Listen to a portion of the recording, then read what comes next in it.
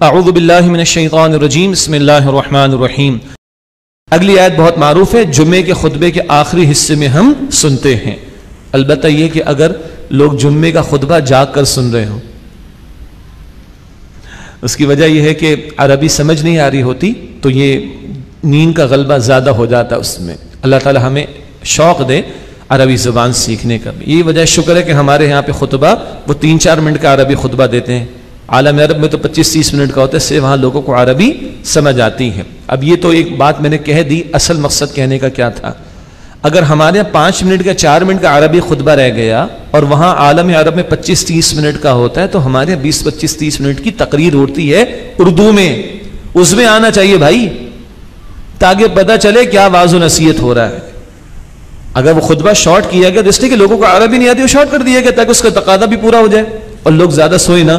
لیکن 25-30 منٹ جو بھی ہے، جہاں جہاں بھی اہتمام ہوتا ہے واعظ کا، وہ اس لیے کہ تاکہ لوگوں کو سمجھ آنی چاہیے کہ کیا کتاب و سنت کی تعلیمات بیان کی جا رہی ہیں۔ اب آئیے اگلی آیت ہے جو جمعے کے خطبے کے آخر میں ہم سنتے ہیں، اور بتایا جاتا ہے کہ سیدنا عمر بن عبدالعزیز رحمۃ اللہ علیہ کے دور میں اس آیت کو جمعے کے خطبے میں شامل کیا گیا۔ ان اللہ یأمر بالعدل والاحسان وایتاء ذی القربى، بے شک اللہ تعالیٰ حکم دیتا ہے عدل کا اور احسان کا اور رشتہ داروں کا حق ادا کرنے کا۔ وینہی عن الفحشاء والمنکر والبغی، اور اللہ منع فرماتا ہے بے حیائی کی بات سے اور منکرات سے اور زیادتی کے کاموں سے۔ یہ 6 باتوں کا ذکر ہے، 3 باتوں کے کرنے کا حکم، 3 باتوں سے روکا گیا۔ بہت جامع آیت ہے۔ عدل کیا ہے؟ قانون کے تقاضے پورے کرنا، جس کا جو حق بنتا ہے اس کو دے دیا جائے، یہ معاشرے کو صحیح رخ پر اٹھانے کی پہلی بنیاد ہے۔ جس کا جو حق بنتا ہے وہ اس کو مل جائے، وہ گھر میں ہو، پڑوس میں، رشتہ دار میں ہو، یا آفس میں ہو، یا ریاست کی سطح پر ہو، یہ ہے قانون۔ معاف کیجیے گا۔ البتہ اگلا درجہ ہے احسان کا۔ احسان کیا ہے؟ صرف قانون نہیں، اس سے آگے بڑھ کر فیاضی کا رویہ اختیار کرنا، حسن سلوک کا معاملہ اختیار کرنا، بہتر برتاؤ کرنا۔ سادہ سی مثال، تمام مفسرین یہی مثال بیان فرماتے ہیں۔ کسی سے ہم نے کام طے کیا، میرے گھر میں تم یہ کام کرو گے بھائی، 5000 روپے طے ہو گئے، ٹھیک ہے، اس سے کام کر دیا 2-4 دن میں، ہم نے اس کو 5.5 دے دیے۔ عدل کا تقاضا کیا ہے؟ 5000 روپے۔ یہ 500 روپے کیا دیا آپ نے؟ میں نے، یہ احسان ہے۔ کام اچھی طریقے سے کیا، یا ویسے ہی ہمارا دل کیا کہ بھائی بیچارہ ضرورت مند بھی ہوگا، چلو ٹھیک ہے، اگر حوصلہ ہے تو کرنا چاہیے، لیکن یہ کہ کام اچھا کیا، چلو میں اس کو زیادہ بہتر دوں۔ تو عدل سے آگے احسان ہے۔ اور ایتاء ذی القربیٰ کیا ہے؟ رشتہ دار کو اس کا حق ادا کرنا۔ یہ آئندہ بھی بات آئے گی انشاءاللہ۔ کیا مطلب؟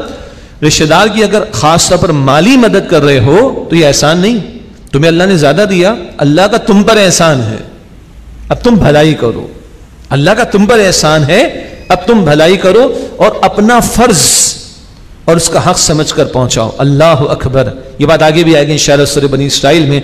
جب یہ نارمز ہوں سوسائٹی کی تو لوگ چھیننے والے اور حسد کرنے والے نہیں ہوں گے، دینے والے ہوں گے اور پہنچانے والے ہوں گے اپنے رشتہ داروں کو، ضرورت مندوں کو۔ یہ ہے جو معاشرہ دین اسلام قائم کرنا چاہتا ہے۔ تو عدل، احسان اور ایتاء ذی القربیٰ، رشتہ دار کو اس کا حق ادا کرنا۔ 3 باتوں کی ممانعت۔ وَيَنْهَى عَنِ الْفَحْشَاءِ وَالْمُنْكَرِ وَالْبَغْيِ، اور اللہ بے حیائی سے منع کرتا ہے۔ فحشاء کیا ہے؟ تمام بیہودہ کام اور شرمناک کام۔ ہمارے آج تک سپریم کورٹ بیچاری طے نہیں کر سکی بیچاری کہ بے حیائی کسے کہتے ہیں۔ وہ بھائی فحشاء کا لفظ قرآن کا ہے، قرآن والوں سے پوچھ لو، وہ عربی لغت کو سامنے رکھ کے، قرآنی آیات سامنے رکھ کے، رسول اللہ علیہ السلام کی احادیث سامنے رکھ کے تمہیں بتا دیں گے۔ لبرلز کو موقع ہاتھ آ جاتا ہے، بھائی کیا کیا بند کرواؤ گے، کیا کیا بند کرواؤ گے۔ تو یہ تو ڈیبیٹ وہ سپریم کورٹ تک گئی، اب پتہ نہیں ہمارے ججز کو بیچاروں کو کیا ہو گیا۔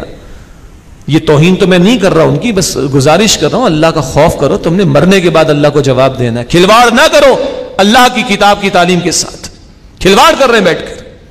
جی بے حیائی کی تعریف ہمیں نہیں پتہ ہے، اس لیے ہم کو فیصلہ دے نہیں سکتے میڈیا کے پروگرامز کے بارے میں۔ یہ ان کے ورڈکٹ ہیں۔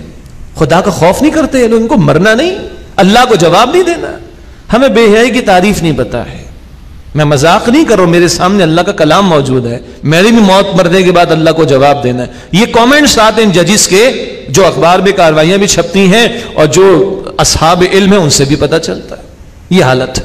سپریم کورٹ میں گیا ہوا ہے کیس، یہ فحاشی اور ریانی کے خلاف، اور آ کے سے کامنٹس یہ آتے صاحب یہ بے حیائی کی تعریف ہمیں نہیں پتہ۔ تو پوچھ دو قرآن والوں سے، دینداروں سے پوچھو جو قرآن کے علم رکھنے والے، اسلاف کی آراء تمہارے سامنے رکھ دیں گے، قرآن کی تشریحات سامنے رکھ دیں گے، پوچھو ان سے۔ بہرحال بے حیائی کیا ہے؟ تمام بےہودہ کام، شرمناک کا۔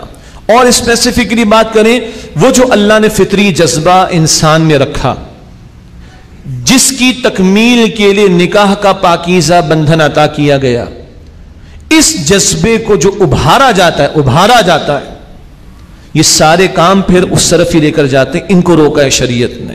یہ بات سورہ بنی اسرائیل میں بھی آئے گی، لا تقربوا الزنا، زنا کے قریب بھی نہ جاؤ۔ اب وہ بے پردگی ہو، مرد عورت کا آزاد اختلاط ہو، وہ ناچ گانوں کی محافل ہوں، وہ بے پردہ عورتوں کا گھومنے کا معاملہ ہو، بن ٹھن کا سور کا جو ہے باہر نکلنا ہو، سورہ احزاب میں ذکر آ جائے گا۔ یہ مولوی کی بڑھ تو نہیں ہے، یہ مولوی کی لفاظی تو نہیں ہے، یہ اللہ کے کلام کی تعلیم ہے، اللہ کے پیغمبر کی تعلیم ہے، 14 صدیوں کی امت کی تعلیم ہمارے پاس یہی پہنچی ہے۔ تنہائی میں نامحرم دو مل رہے ہیں آپس کے اندر، یہ سارے پہلو شریعت ان سے منع کرتی ہیں۔ بہرحال تو بے حیائی جو کھلی بےہودہ شرمناک باتیں وہ ساری اس میں شامل، اس سے منع کیا گیا۔